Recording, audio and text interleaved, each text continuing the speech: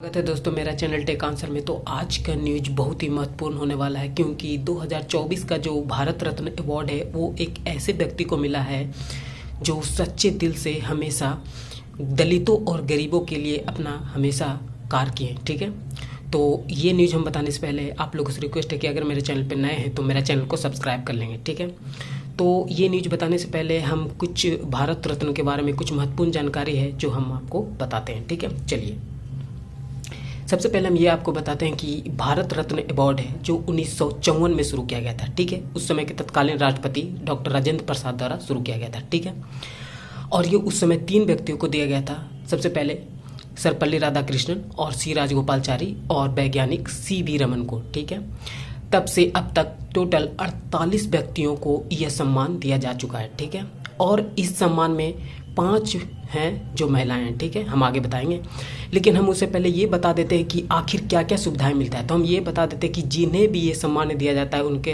कोई सिर्फ एक सर्टिफिकेट और एक जो पीतल का जो मतलब एक जो कांस का जो प्रतिमा होता है वो जो पीपल के पत्ते की तरह वो दिया जाता है। और इस सम्मान पाने वाले को हमेशा चीफ जस्टिस का जो सैलरी होता है उसके इक्वल यानी उसके बराबर जीवन पर्यंत हमेशा पेंशन दिया जाता है। ठीक है, और जेड प्लस सिक्योरिटी के इन्हें सुविधाएं दी जाती है। ठीक है, और यहाँ पर यह है कि उन्हें कोई भी उनके संपत्ति पर किसी तरह का टैक्स नहीं दिया जाता है, यानी टैक्स से छूट दिया जाता है। ठीक है, और प्लस उन्हें राष्ट्रपति, पूर्व राष्ट्रपति, प्रधानमंत्री, पूर्व प्रधानमंत्री, गवर्नर, मुख्यमंत्री और चीफ जस्टिस और लोकसभा और राज्यसभा में विपक्ष के नेता हैं उनके बाद रैंक दिया जाता है। ठीक है, ठीक है, यहाँ तो समझ गए आ गया।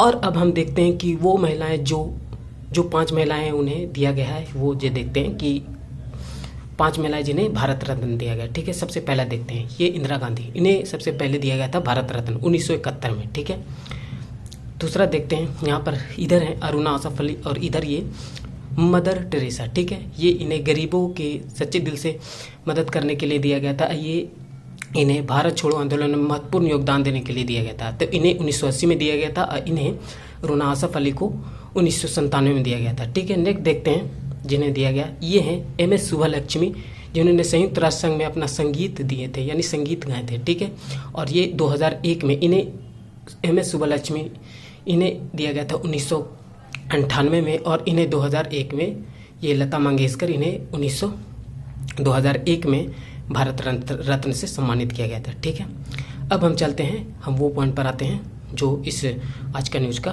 जो मेन टॉपिक है। ठीक है, तो चलिए देखते हैं क्या महत्वपूर्ण न्यूज़ है। ठीक है, यहाँ पे देख लीजिए कि सबसे पहले हम आपको ये बता देते कि ये जो कर्पूरी ठाकुर है ये 2 बार एक बार उप मुख्यमंत्री और 2 बार मुख्यमंत्री बिहार के रह चुके हैं। ठीक है, और ये सच्चे दिल से दलितों और गरीबों के लिए हमेशा प्रयास किए और कार्य किए हैं। ठीक है, तो चलिए देखते हैं। ठीक है, बिहार के पूर्व मुख्यमंत्री, ठीक है, बिहार के पूर्व मुख्यमंत्री कर्पूरी ठाकुर को भारत रत्न यानी मरणोपरांत से सम्मानित किया जाएगा। ठीक है, यानी सम्मानित किया जा चुका है। ठीक है, आगे बिहार के 2 बार मुख्यमंत्री रह चुके कर्पूरी ठाकुर पिछड़े वर्गों के हितों की वकालत करने के लिए जाने जाते थे। ठीक है, 17 फरवरी 1988 को उनका निधन हो गया था और केंद्र सरकार की तरफ से यह ऐलान ऐसे समय में किया गया है जब एक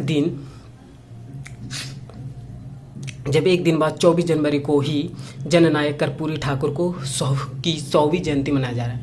ठीक है, तो इस साल ये 100वीं जयंती मनाया जा रहा है उनका। ठीक है, तो इन्हें भारत रत्न के लिए सम्मानित किया गया है। ठीक है, इसी मौके पर सम्मानित किया गया है। ठीक है, नेक्स्ट देखते हैं यहाँ पे पीएम मोदी ने क्या कहे देखते हैं। ठीक है, पीएम नरेंद्र मोदी ने कर्पूरी ठाकुर को भारत रत्न दिए जाने की घोषणा पर खुशी जताई है और उन्होंने कहा, मुझे खुशी है कि भारत सरकार ने सामाजिक न्याय के प्रतीक महान जननायक कर्पूरी ठाकुर जी को भारत रत्न से सम्मानित करने का निर्णय लिया है। ठीक है, यानी उन्हें ये खुशी जताएं। ठीक है, आगे और वह भी ऐसे समय में हम उनकी जन्म शताब्दी मनाए जा रहे हैं। ठीक, मना रहे हैं। ठीक है, यानी उनका शताब्दी वर्ष है। ठीक है, आगे यह प्रतिष्ठित सम्मान हंसिए पर यानी कि जो पिछड़े और गरीब जो लोग होते हैं यहीं पर, तो हंसिए पर पड़े लोगों के लिए एक चैंपियन और समानता और सशक्तिकरण के समर्थन के रूप में उनके अस्थायी प्रयासों का एक प्रमाण है। क्या? ठीक है, नेक्स्ट देखते हैं। पीएम मोदी ने आगे लिखा कि दलितों के उत्थान के लिए उनकी अटूट प्रतिबद्धता और उनके दूरदर्शी नेतृत्व ने भारत के सामाजिक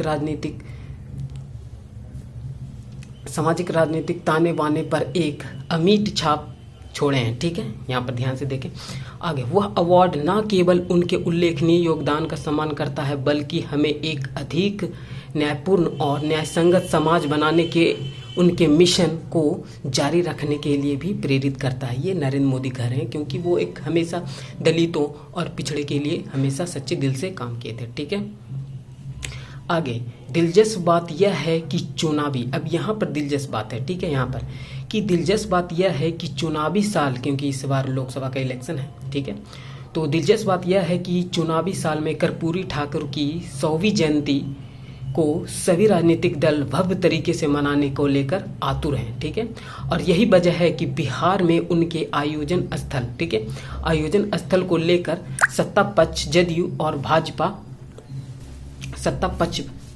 और भाजपा आमने सामने आ गई है। ठीक है, भाजपा ने चेतावनी दी है कि आरक्षित मैदान उन्हें कार्यक्रम के लिए खाली नहीं मिली तो वह सड़क पर समारोह मनाएगी। ठीक है, यानी वो बोल रहे हैं कि सत्ता पक्ष को कि अगर उनके लिए खाली स्थान नहीं मिले तो वो रोड पर ही उनका जो जनशताब्दी है उनको मनाएंगे। ठीक है, तो यहाँ पर अगर और भी विस्तार से आप इनके बारे में जानना चाहते हैं तो उनका ये है महान कर्मयोगी जननायक कर्पूरी ठाकुर, उनका एक स्पेशल बुक है, आप उन्हें ज़रूर पढ़ें। बहुत ही ऐसे इंटरेस्टिंग फैक्ट जानने को मिलेगा जो आपको बहुत ही अच्छे लगेंगे। ठीक है, तो ये महत्वपूर्ण जानकारी था। मेरा चैनल को नए हैं तो ऐसे अन्य महत्वपूर्ण जानकारी के लिए मेरा चैनल को सब्सक्राइब कर लेंगे। धन्यवाद।